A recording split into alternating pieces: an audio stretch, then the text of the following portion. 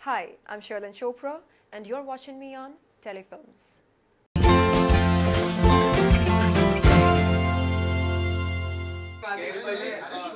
अरे वाह चलेगा मैं हूँ अब मैं हूँ मैं संभाल लूँगा जा अच्छा आप नाबालिग तो नहीं है ना? नहीं हाँ अभी शादी तय हुई देखिए 15 जुलाई को मेरा बर्थडे तो मुझे भी तोहफा दे दीजिए क्या है तो बता हाँ तुम केक ही काट लो बैठ के आइए 15 जुलाई जाओ भाई अभी मिलेगा महारानी तोहफा स्नेहलता ने आपको बुलाया है दरबार में। जाओ जाओ जाओ भाई अभी मिलेगा जाओ अच्छा जाऊँ क्या हाँ कैसे ऐसे हो मैम ऐसे हो अपने अपने घुटनों पर। बाहर आते हैं। ये हुई एक गुलाब दे दो भाई आशीर्वाद अरे आशीर्वाद तो ले लेना दर्शन करो अभी पीयूष आयुष आयुष भाई आयुष होने दो दो आप हमारे बहुत अच्छे सेवक हैं। बहुत बहुत शुक्रिया हम आपको प्रमोशन देना चाहते हैं। जरूर आपको हम अपने महामंत्री बनाना चाहते हैं। क्या बात है आज से तुम पीटीआई ज्वाइन कर लो। आज से पीटीआई ज्वाइन कर लेता मैं बहुत बहुत शुक्रिया आपका आशीर्वाद देने के लिए अच्छा लगा आपसे मिलके हमें भी अच्छा लगा। बहुत आप गुलाब नहीं था भाई वाह थैंक यू सो मच महारानी जी थैंक यू। अरे हमने तोहफा तो दिया ही नहीं अच्छा अभी दीजिए तोहफा दीजिए 4-5 घूम उठा लो। तोहफा ले तक। अपना गाल लेकर आइए। हाँ गा लेना ये साइड में करना उधर दिखेगा बस झुकिए। अच्छा आपकी कोई गर्लफ्रेंड तो नहीं है ना? नहीं नहीं गर्लफ्रेंड तो रहेगी भी तो आज छोड़ देगी वो बारिश हो रही है। ऐसे ही बारिश की मौसम है कोई प्रेमी तो नहीं है ना? कोई प्रेमी? नहीं नहीं कोई प्रेम नहीं अच्छा। आज लास्ट डे। ओके तो हम आपको तोहफा कबूल करना ओके रेडी? Yes. अरे बर्थडे गिफ्ट मिल गया मुझे बहुत बहुत शुक्रिया तो महाराज बारिश में भी डबल छाता मैं चाहूंगा अक्सर मेरे ऐसे ही जन्मदिन आते रहे और मैं ऐसे तोहफे लेते रहूं अब मुझे रिग्रेट हो रहा है मैं एक बार क्यों पैदा हुआ आयुष उधर टैटू बनवा लो वो निशान पे हाँ? भाई नहाना मत 4-5 दिन निकल जाएगा बारिश में एक डबल सेकंड रुकिए। लिपस्टिक का निशान है ना? हाँ एक मिनट भाई दिखा दिखा उधर टैटू बनेगा टैटू उधर thank you so much thank you so much my pleasure. चलो थैंक्स ओके थैंक यू चलो ये सिंगल कर दो हाँ भाई सुन अब कैमरा में रखो सिंगल ले Hi Sherlyn, first of all congratulations for the new series Parishpur 2. क्या कहना चाहेंगे जब फर्स्ट टाइम आपको ये किरदार ये हुआ है अप्रोच हुआ है क्या कुछ फीलिंग था और first of all Ekta ma'am के साथ आप काम कर रहे हैं इस बार जी तो हाउ इज़ योर फीलिंग? उस समय मुझे चक्कर आए थे और मैं यकीन नहीं कर पा रही थी कि इस ऐतिहासिक वेब सीरीज़ पॉरशपुर 2 के लिए मुझको चुना गया और जब कॉस्ट्यूम ट्रायल हुआ जब मैंने ख़ुद को एक महारानी के बेस में देखा तब धीरे धीरे यकीन होने लगा कि हाँ ये सपना नहीं ये हकीकत है और मेरा सपना महारानी बनने का वो सच होते हुए देखा मैंने और मैंने हमेशा से ये चाहा कि मुझको एकता जी के साथ काम करने का अवसर मिले और मिला तो देखो कितना अद्भुत सुनहरा अवसर मिला तो मैं आभार व्यक्त करती हूँ एकता कपूर जी का जो उन्होंने मुझको इस काबिल समझा कि मैं महारानी स्नेहलता की भूमिका निभा सकूँ। ओके आप महारानी दिख भी रही है और बहुत खूबसूरत लग रही है सो जैसे कि हम जानते हैं पॉरशपुर 1 में शिल्पा मैम थी अभी 2 हुआ है तो कितना कुछ चैलेंजिंग हो जाता है चीज़ जब हम देखते हैं इतने ग्रेट एक्टर जब उससे प्ले कर रहे हैं फिर हमारे लिए बहुत डिफ़िकल्ट हो जाता है कि उस किरदार को हम किस तरीके से रियल बनाएं क्योंकि आजकल जो कंटेंट लोग देखते हैं एकदम रियलिटी बेस्ड देखते हैं ताकि आपका जो किरदार है पूरे उसमें मिल जाए तो क्या कहना चाहेंगे क्योंकि जब आपने ये प्ले किया है और जी। आप बहुत खूबसूरत लग रही है ऑब्वियसली तो क्या कुछ कहना चाहेंगे? Thank you. मैं आपको किस करना चाह रही हूँ क्योंकि सवेरे से मैं बहुत नर्वस फील कर रही थी आपने ये कॉम्प्लीमेंट दिया मुझे थोड़ा सा रिलैक्स कराया थैंक यू। मैंने पॉरशपुर सीज़न 1 देखी और मुझे सारे एपिसोड्स बहुत अच्छे लगे ख़ास तौर पर शिल्पा जी का काम अनु कपूर जी का काम और जब पॉरशपुर सीज़न 2 की कहानी मेरे सामने आई तब मुझे एहसास हुआ कि इन दो कहानियों में कोई अंतर नहीं है। माफ़ी चाहती हूँ, इन दो कहानियों में ज़मीन आसमान का अंतर है। जब पौरुषपुर सीज़न 2 की कहानी मेरे सामने आई, तब मुझे ये एहसास हुआ कि पौरुषपुर सीज़न 1 और पौरुषपुर सीज़न 2 बहुत अलग हैं एक दूसरे से। इनमें ज़मीन आसमान का फ़ासला है। वो इसलिए क्योंकि उस कहानी का मूल बिंदु अलग था, इस कहानी का मूल बिंदु अलग है। उस कहानी के किरदार अलग थे, इस कहानी के किरदार अलग। पौरुषपुर सीज़न 2 की कहानी ये है, संक्षेप में, पौरुषपुर राज्य में पुरुष राजगद्दी पर बैठने का अधिकार खो देता है। ये प्रतिष्ठा सिर्फ महिला को दी जाती है और ये नियम होता है पौरुषपुर राज्य का कि रानी किसी कन्या को जन्म दे और तब जाकर वो राज सिंहासन पर बैठने का अधिकार प्राप्त कर सकती हैं और उनकी कन्या बनेंगी पौरुषपुर राज्य की उत्तराधिकारी। तो ये नियम होता है इस राज्य का। अब अगर नियम ऐसा हो और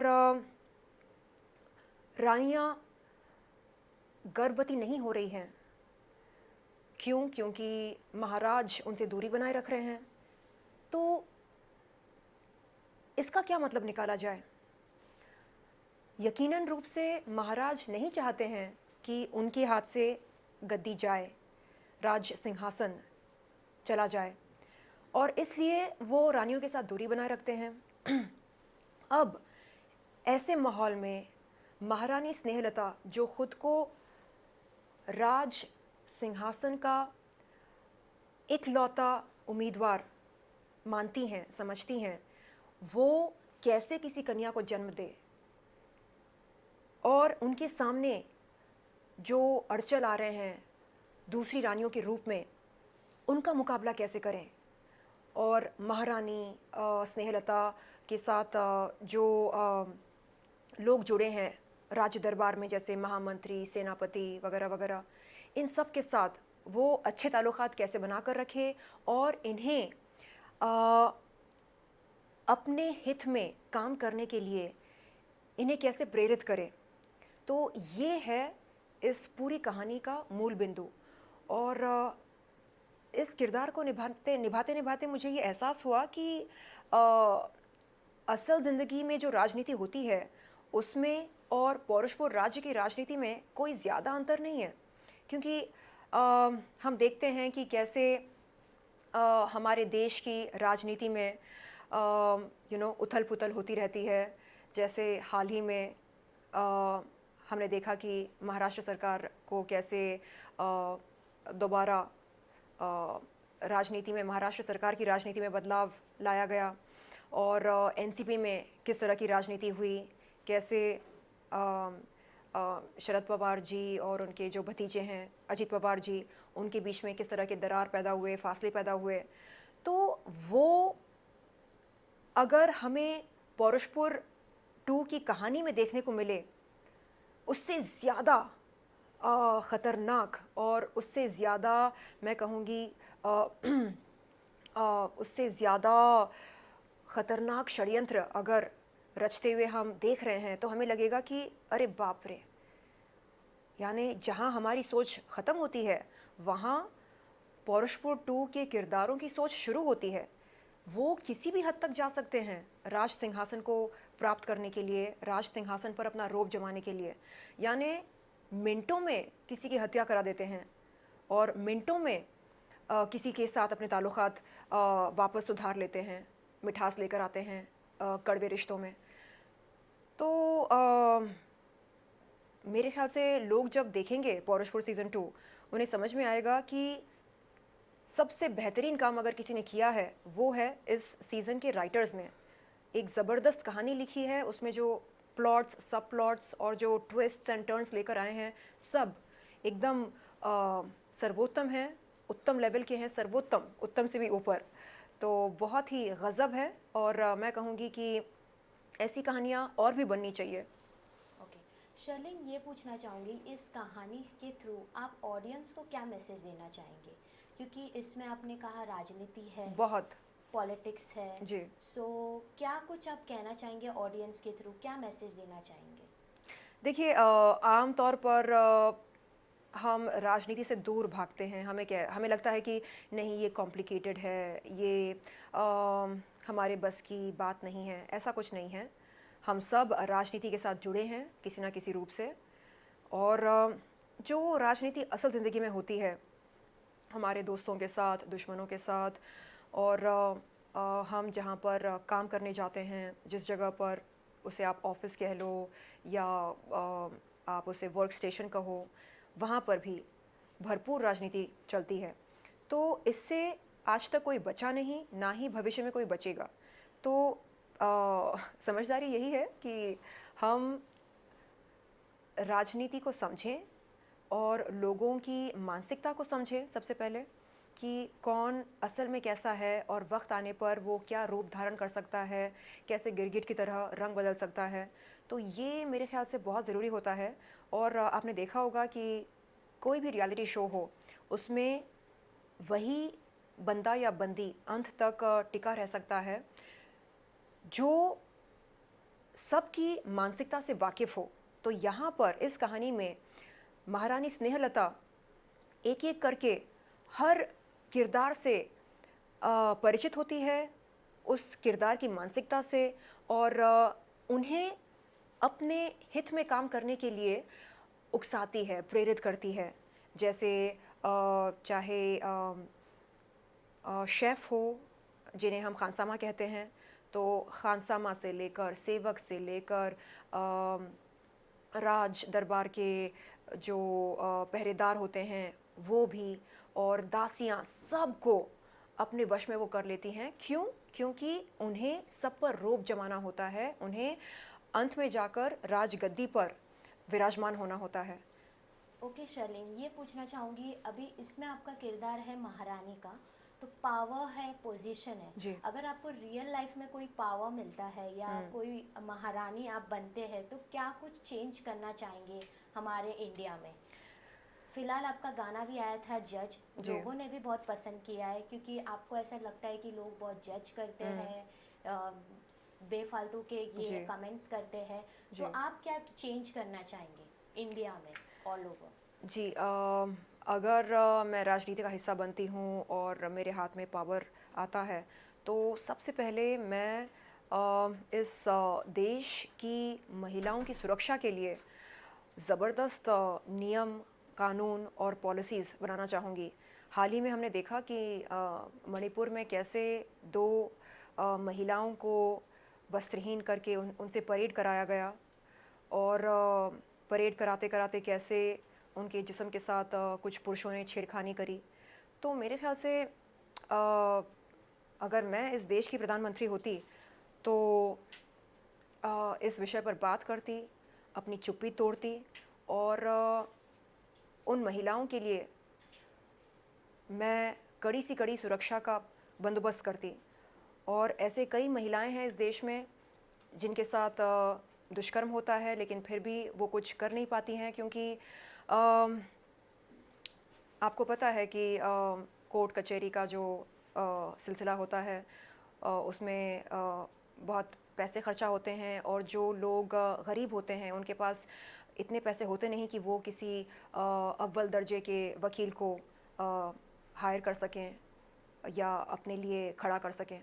तो इन बातों को लेकर, मतलब महिलाओं की सुरक्षा को लेकर, उनके कल्याण को लेकर, और बेरोज़गारी को लेकर, और देश की युवा पीढ़ी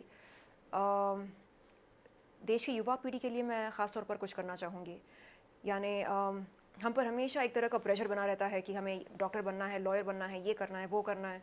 लेकिन और भी कई सारे प्रोफेशंस होते हैं इस दुनिया में जो हम परस्यू कर सकते हैं, जैसे पेंटिंग है, डांसिंग है, पोइट्री है, ये है, वो है, आर्ट्स एक बहुत ज़बरदस्त मीडियम है, प्रोफेशन है। तो पता नहीं क्यों हमसे यही उम्मीद रखी जाती है कि या तो हम इंजीनियर बने, या लॉयर बने, या डॉक्टर बने, या ये अफसर बने, वो अफसर बने। हमसे ये नहीं पूछा जाता कि हमें क्या चाहिए, हमारी रुचि किस फील्ड में है, क्या हमें लिखना पसंद है, क्या हमें नक्श उतारना पसंद है, क्या हमें पोइट्री लिखना पसंद है, क्या हमें गाना पसंद है, हमें नृत्य करना पसंद है, ये सब हमसे कोई पूछता नहीं। तो मेरे ख्याल से आज आप और मैं ये बात कर रहे हैं, यही बहुत बड़ी बात है कि हम इस विषय पर चर्चा कर रहे हैं। आप एक इंटरव्यूअर के तौर पर यहाँ पर बैठी हैं, मैं एक कलाकार के तौर पर बैठी हूँ, और हम क्या कर सकते हैं, केवल बात ही कर सकते हैं। तो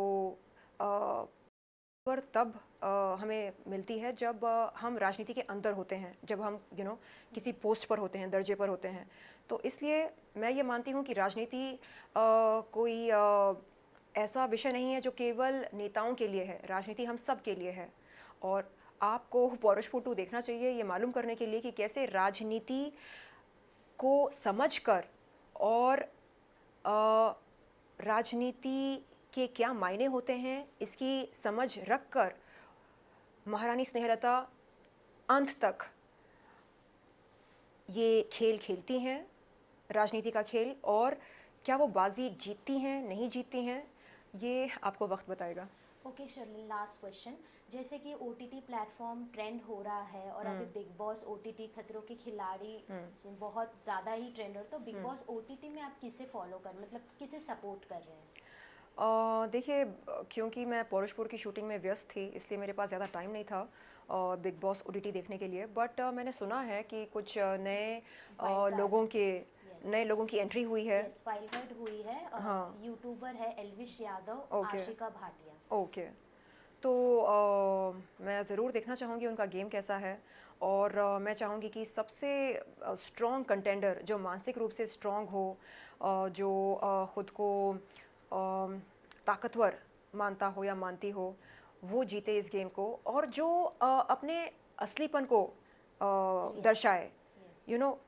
नकलीपन के लिए कोई जगह नहीं होती है इस दुनिया में, ना ही किसी रियलिटी शो के घर में। तो जो इंसान सबसे असली हो और जो अपने असलीपन के आधार पर अंत तक टिकना चाहता है उस घर में, वो सही हकदार है मेरे ख्याल से जीतने का। अगर बिग बॉस में आपको मौका दिया जाए तो आप जाना चाहोगे? बिल्कुल, व्हाई नॉट। सलमान जी से मैंने पहले भी गुजारिश करी, आज भी गुजारिश करती हूँ कि एक मौका हमको भी दे ही दो।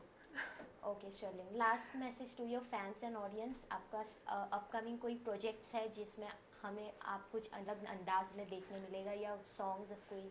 जी, ऑल्ट के लिए मैं बैक टू बैक प्रोजेक्ट्स कर रही हूँ, और मैं चाहूँगी कि अलग अलग अवतार में मैं आपके सामने आऊँ। कभी किसी लॉयर की भूमिका में, तो कभी किसी प्लेयर की भूमिका में, जो कोई स्मूथ प्लेयर हो, अंडरकवर कॉप हो या गैंगस्टर हो, कुछ भी हो, लेकिन बड़ी शातिर हो, खिलाड़ी हो, और रूप की रानी हो। Okay Sherlyn, thank you so much.